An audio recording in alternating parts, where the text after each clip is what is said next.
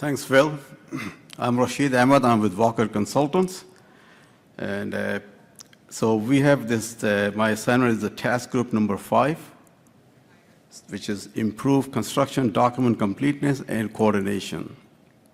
So as earlier, Phil mentioned about different task group 1 through 6.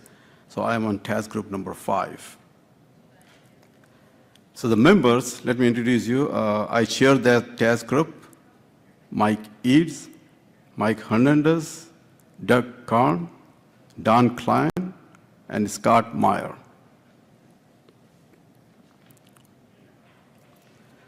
So what we have done, this task group was formed toward the end of June of 2024. Since then, we had 2 brainstorming sessions. The whole group met 2 times, and we spent about 2 hours each session, and basically we start throwing different things on the board and say, okay, what are the things, for this construction document completeness and coordination. We presented updates to the Pro Board of Directors in September of 2024. So what we did is this task group is we said, okay, let's start with the resources. What are the resources available to talk about that? And we said we're going to split into 3 sections for this resources. The first one is to see what is the problem. I mean, we have been hearing this one, let's find out from the resources what they are talking. Second thing we did is that we tried to validate those things by reaching out to see what kind of survey has run in the marketplace to validate those concerns. And then the third thing we look at is what are the resources available, what industry has done so far. So we looked at the McKinsey Global Institute, which Kerry Kapinski introduced at the beginning. We look at the New York Times one article here, and then we start looking into ASCE guidelines for the design for CIP concrete construction. We look at the FMI labor productivity study. We also look at different case documents. We look at the CSI, Project Delivery Practice Guide. We studied the ASCE Quality in Construction Project. And last but not the least, we have looked at the ACI documents such as 31819 Building Code, Specification 30120, and then the tolerance documents from the ACI. So we start with the first one, which is McKinsey Global Reinvented Construction, a route to higher productivity. Kerry already covered this particular slide, so I didn't know that it was in Kerry, but basically I'm reiterated the same thing what Kerry mentioned is that while other industry has grown up, the construction is somehow stuck in a time wrap. So the productivity has been declined, and in this document they were showing like Kerry showed that graph since 70s, the productivity has been declining for the construction industry. We look at another document, which is the New York Times article published in February 5th, 2023. And in this document, if you read that one, they're talking about the same thing, that around 1970, it began to fall even as economy-wide productivity kept rising. And then if you read the next sentence after that is like, a construction worker in 2020 produced less than a construction worker in 1970. So this is the issue, this is the thing which we are finding that in the industry that there are issues involved, and that issue is not new, it has been there since the 70s, for the last 55 plus years. So we said, okay, this is the issue there. Let's see if it is validated from today's survey. So we looked at the ASCC guidelines to design for CIP concrete construction. There was a survey sent out in August of 2020 to 526 ASCE contractors. And what they did is from that survey, they asked to put the top 10 from highest priority for constructability. So when they got those responses back, they put in a table format. And if you look at the top 3, completeness of drawing, coordination of drawing, and then the coordination of drawing and specification. The Those are the top three which was mentioned in this ASCC survey from the contractor. So it is validating what we have, what McKinsey and the New York Times is publishing. Then we looked at another survey, which is done by FMI Labor Productivity Study. And what it says in that thing is 4 of 5 contractors said low quality design construction documents are a top external factor stunting the productivity. So 4 out of 5, that's pretty significant. So now this thing basically validates what the problem was for the last 50 plus years. Then we start looking at, okay, what are the documents available? What industry has done so far to look at that issues? So we look at this case document, which is 962D, which is the guideline addressing coordination and completeness of structural construction documents. And then they have the case tool 9-1 and 9-2, which is about the quality assurance plan. And the guideline discuss the important aspect of design relationship, communication, coordination, and completeness guidance for dimensioning of a structural drawing and the effect of various project delivery systems and document revision. So this is a good guide available from the case, which talk about all of these different things, relationship, communication, coordination, which we are just talking here. So there are documents available in the industry. What is that one? It's for you.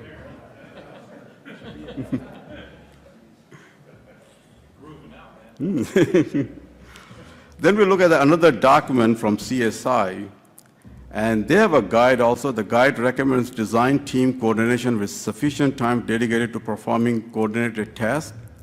It states that a well-planned, well-executed, and well-enforced coordination program can result in fewer addenda items, fewer requests for interpretation, fewer change orders, fewer disputes, and reduced project cost.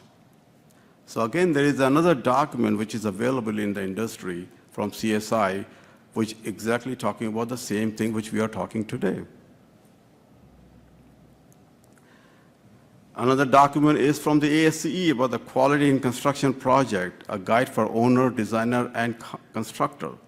And in this guide, they talk about the roles, responsibility, the requirements, the limit of authority. So again, it's tying back to the same in the design and construction process. How do we tie all these together? So here's another document available in the industry, which basically addressing the same issue. Then we look about the ACI 318 code. If you look at the ACI 318-19 code, the chapter 26, they're addressing in section 26.1.1 are all those items which the design engineer or designer needs to communicate with the contractor. Those are the specific things that they have to show on the drawing, which is related to the construction and coordination and all those things. There's a lot of good information on that document. If you go to the ACI 301-20 document, there is a mandatory requirement checklist. And again, the checklist is geared towards those coordination and with the contractor. So there is a lot of documents available in the industry. So we looked at that one, and then we said, okay, let's talk about this, what this group is going to do. So these are a few of the highlights that we have discussed in our brainstorming session, is to develop a design checklist, and the design checklist is based on the productivity to serve as a resource to the industry. Now, there are various documents available in the industry, but what we are saying here is that take it to the next level now. Develop training and education around that checklist. The other thing we were looking is to define the personal conceptual drawing, define each drawing percentage and what it should include for each percentage. So there has to be some guideline for that. One of the key issues which come from the contractor is the coordination among the designer documents. Like the structural engineer drawing, the architectural, the MEP, something are not well coordinated. So that's one of the items we're going to look that one closely for this task group. And then we will look for the design for constructability. The lack of coordination among the design team. We will look closely about the tolerances. There are different tolerances for different trades, and that's sometimes play the role for that thing. So we're going to look into that one. We're going to explore this labor versus the technology, how we can use the technology to improve the productivity. So we're going to look into that area with this task group. We're going to further review the ACI 318, this chapter 26, and provide the input to the committee, what else we can do in terms of productivity improvement. We will encourage adequate fee and schedule to produce final drawings. And then this is a long-range thing, is that look at the potential of AI, the artificial intelligence, to improve the constructability.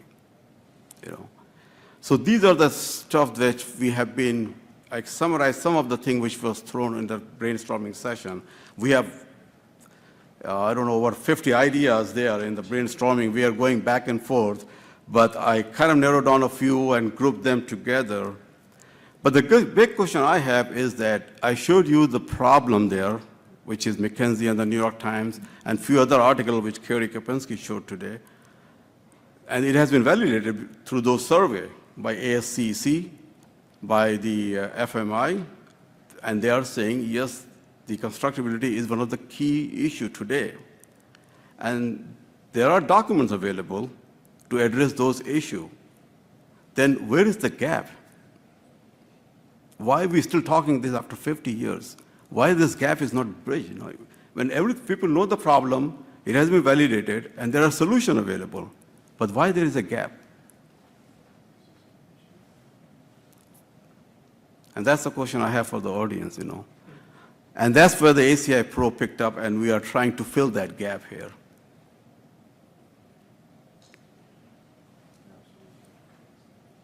Sorry, I'm just going to hop in with a comment on that, because it's a very good question. Why is that gap? And as I was listening to your presentation, which was very good, hitting the topics, the biggest thing that kept jumping out at me is I remember the very first project I worked on in 1989 and hearing what the engineering design fee was for that project.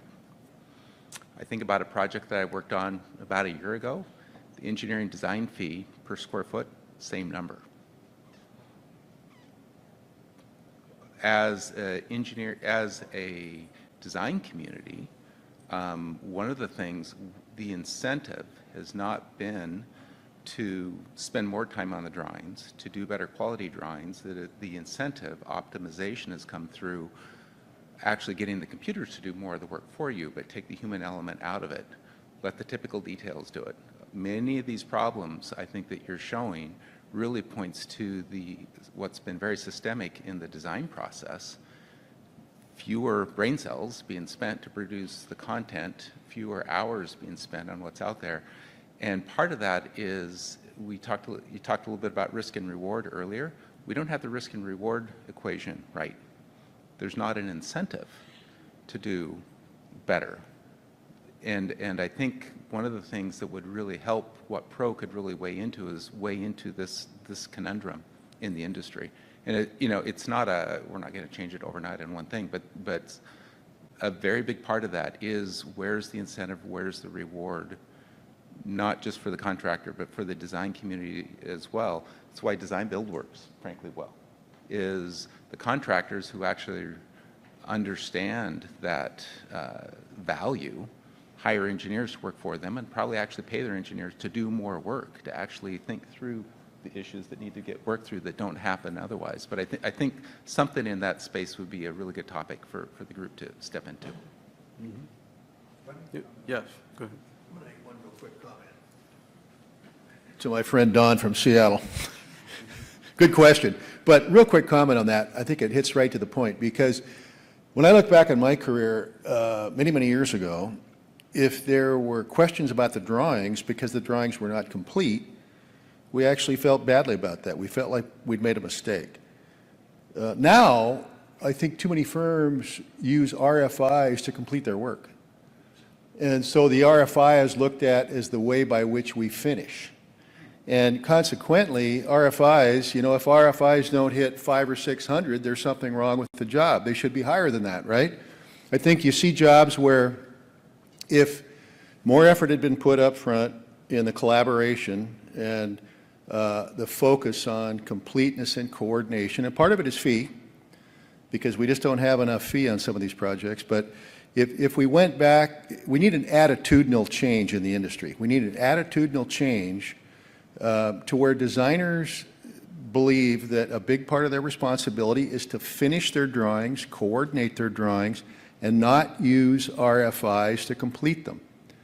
Because RFIs are looked at as a way to finish the work. You send the drawings out the door, you know they're not 100% done because you ran out of time. You know they're not fully coordinated because you ran out of time or fee or both. And you figure, well, we'll just finish them with the RFIs. And the RFIs roll in and nobody cares. They're just looked at as the way you complete your work. So I think a lot of it is fee. A lot of it is fee. A lot of it is just, we've unfortunately had an attitudinal shift in the wrong direction. We need to go back to the notion that you finish the drawings, you coordinate the drawings, then you go build the building. You build the building only after you finish the design. But one thing, Kerry, is that this RFI, sometimes the contractor, you know, making a case for the change order at the end of the job, you know. Well, I can use a tool for extras, yeah. Yeah. Oh, yeah. I concur with Kerry, but I mean, if the engineering fee stays the same, the complexities, though, of the buildings we're building today, with all the changes in the industry, in terms of our concrete industry, code bodies, and everything that's changing, if your engineering fees staying the same and the complexity is increasing exponentially, that's part of the gap in the problem. The other part of the gap in the problem, if you really look at the data, and I don't see that curve as being that bad, because every other industry, the initiatives and the innovations have helped the productivity. In our industry, in the construction industry, a lot of those innovations or the extras that we have to jump through hoops now because of the complexities of things that we have to do have actually brought it down. But I don't see that curve necessarily as a bad thing, because some of those things that have come into the industry that aren't necessarily more regulation stuff have helped, you might say, save lives on the site, or save in the environment next door, the construction site, that you don't wash away. So some of those complexities, they'll only increase the cost of the construction. I know what the contractor might have to jump through. So in those initiatives, and in those, I should say, from 1970, if you track the regulations, you'll see it pulls it down. But it also increases the fact that the lifespan of most of those people on the job site, you're not tracking deaths on a job site. You're tracking oopses, mishaps. You're tracking near misses. Those sorts of things, to me, people going home with their full fingers intact on a construction site, that's a positive today. You might build a building like the Empire State. Oh, we lost 4 or 5 lives. Oh, so what? Nowadays, you can't say that. Are you going to shut down the whole project? So those sorts of initiatives have to be included in your equation of looking at why that data is not helping the industry. Why is it essentially making the curve almost flat, which I don't necessarily see as a bad thing, because if we're saving lives and bringing everybody home safely, that's a good thing at the end of the day. So some of those regulations may be good. Some of them in the industry we may see as bad. But we've got to merge that together and say, okay, in our collaborative efforts with a contractor, engineer, and whoever else, material supplier, there has to be some, like you say, there's a risk there, but how do we manage the risk so that everybody is equal in that risk management? That's the key, I think, in terms of that equation and that bar graph that's shown. If it's not always managed correctly, and if it's not always managed productively, then you get that drop-off.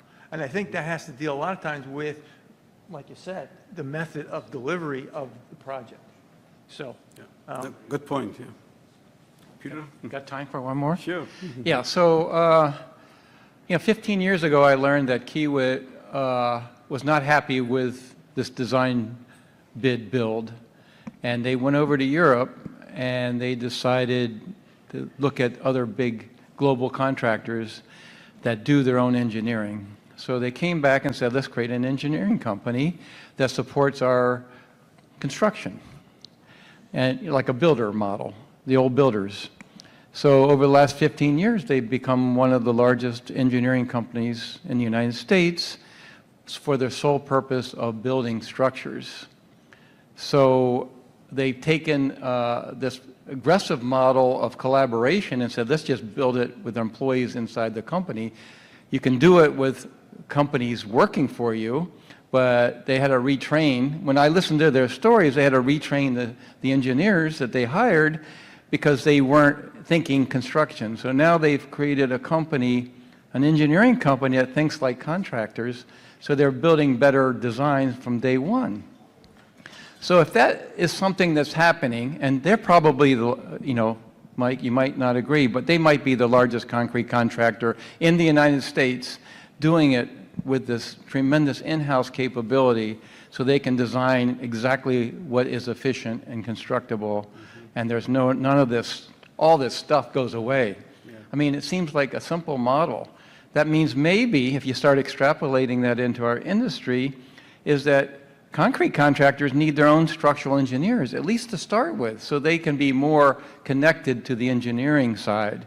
Doesn't mean they do the whole thing. Or maybe you're bidding on a concrete contractor is bidding on a performance requirement, and he's designing the structure, the concrete structure, with an in-house or a partner that's completely aligned to this constructability. This thing is so broken. I don't know how you can fix it, honestly. The system doesn't make any sense.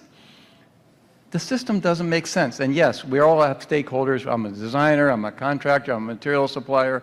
Nobody builds complex electronics this way.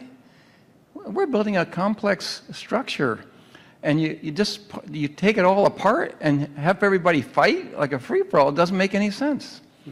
But you can see the future. It's already happening around us, and if we don't change and adapt and be bold, Mike, maybe you need to hire some structural engineers and start thinking and being like the engineer and being more supportive and make it more collaboration. Something's got to give. And Kiewit's doing it. Go look at that model. I mean, we got Kiewit people here. Let them give a presentation on collaboration. And I think you'd hear amazing stories. I've listened to these guys. And by the way, the engineers that are working there, they say, wow, I came from this design firm, I'm working for a contractor. This is amazing environment. It's teamwork. It's not billable hours. It's wow. I mean, it's a different culture. To me, that's exciting. That's a revolution. It's not re-engineering a broken process. That's all I had to say. Thanks. Yes. Go ahead. Peter, thanks. Rashid, thank Do you guys have time for one Yeah. more? Yeah, go ahead. Sorry. Yeah. For Rashid? Yes. So I'm a producer. I represent a quality control department for a producer.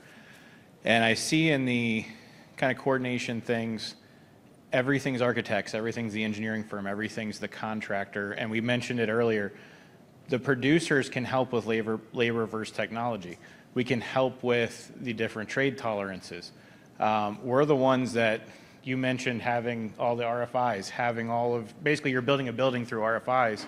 We're having to go back through and review drawings and go, hey, that's the wrong application. You need this kind of product. We need to do this here. These things are being essentially outsourced for free through a contractor, through their suppliers, and we're providing ACI 318 documentation, but let's say the engineer we're working with today, he doesn't acknowledge 318.19, he acknowledges 318.14. So we're having to deal with multiple different kinds of things where the engineers that we're being forced to go through a contractor to contact, they're not even using the most modern documentation we have available. So how do we, yes, all these things exist, how do we get that in the hands of the engineering firms to go, hey, you're 10 years, 15 years behind. You've copy pasted a section 3 from, you're referencing ACI 211.01 or ACI 211.91. You have a 4-inch max for a slab on metal deck that's going up 30 stories. and I have to RFI this and you're arguing, what kind of, how do we push back on that, especially because we're not being allowed to have that conversation directly. So I think that's a huge disconnect. It was mentioned earlier, but it takes so much time, it takes so much effort, and these are things that are silly. Of course you need high range. Of course we're going to pump something up 30 stories at an 8-inch slump. But we're having to go back to like Concrete 101 with a structural, with a designer. How do we break through those boundaries? And that's a huge thing I see, where we have to do a second set of review after the contractor and go, hold on, everything you've asked me to bid has nothing to do with what you actually need for constructability. We're talking about constructability, but we're not talking to producers. And then it gets to our lap, and we're going out to the job site, and hey, this doesn't work, and we have to scramble. So, from our perspective, not being part of this conversation, not even being on that slide, is kind of crazy to me, because we make it work. None of this works if we can't ship you the product that makes the building, but we're not part of the conversation, and we're having to kind of get the brunt of all the bad impacts. So I guess my question would be, how do we address that disconnect as well? So even at this level, we're ignoring the producer level, and they have to execute everything we talk about. They have to make it actually function. So how do we get through that? I'll save you, Rashid. Yeah. I don't have an answer. No. No. Interestingly enough, CEMEX is a pro member and strongly believes in the avenues that we're taking, and struggles much like you're describing. And yes, material suppliers should be a stakeholder, should be part of that collaboration. And oftentimes in the traditional design bid build world, the material suppliers, like Terry Harris that just left, yourself, are afterthoughts. And unfortunately, your knowledge, your leverage, your information, your technology is not leveraged. Yeah. It needs to be. And back to the comment about Kiewit, you're spot on. But 75%, and I saw this statistics maybe from PCA here 4 or 5 years ago, 75% of all concrete are on projects that are 8 stories and less. And it's so easy when the industry leaders get together, we tend to talk about some of the mega projects. And the smaller projects are the ones that are probably most poorly designed from a constructability standpoint, have the lowest fees, and maybe the least experienced designers, maybe with antiquated codes that they utilize or antiquated software. It's really that's where the biggest shame really tends to be, from my perspective.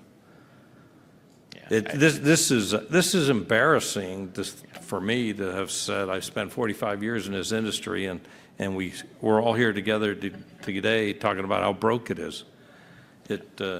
When I looked at the statistics about productivity, being a concrete contractor for all these years, I took offense, just like the one fellow said.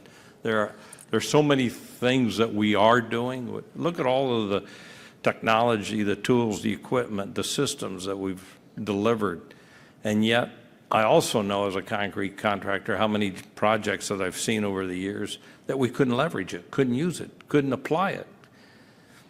Or we, had a concrete material spec or design that was unconstructible and had water cement ratios and to the point we couldn't get any bleed water to finish it. I mean, it goes on and on and on. I don't want to get in the weeds, but trying to step back, take a bigger picture on this whole issue, and obviously there's some emotion here, and that's what drives the pro board, the pro members. We've got to try something different. Thank you. I don't know if that was your Yeah, answer, yeah, but I mean, I think it's a very complex issue. Yeah, very And complex. how do you address it with every engineering firm, with I look at- every contractor? I look at Rashid, he and his task group, which ASCC is identified as one of the biggest barriers, or the top 2 or 3 barriers of productivity. This has been an issue for 50 years, it's getting worse. Yeah. You know, BIM has, in my view, made, you know, document coordination and completeness worse. Because we've just delayed the decision-making. We've prevented contractor planning and development because they can't get the information until, on some cases, the day before the pour. Yeah, So- you're pre-pour and you find out half the spec. That's right. Yep. So how can you be more productive like that? It's difficult, and then we waste time, we waste money. Contractors are back to Yes. building Model Ts. You know, it's shameful, quite frankly. And here, I'm not trying to, you know, call anybody out in the industry. That's not purposeful. We just need to change. Yes, yeah. And Rashid's and his task group, there's a gap. There's people that see it, addressed it, created documents. We're still not doing it. Yeah. There's not an uptake. I think that's the issue, is sure, it can exist. You send it to somebody, or you're going through an intermediary, and it never gets where it's going. This industry resists change, Yeah. doesn't it? Yeah, thank you.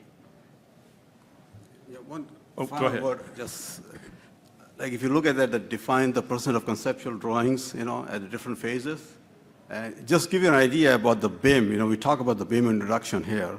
You know, the engineer architect, we used to do the drawing in the 2D format, you know, AutoCAD, those things.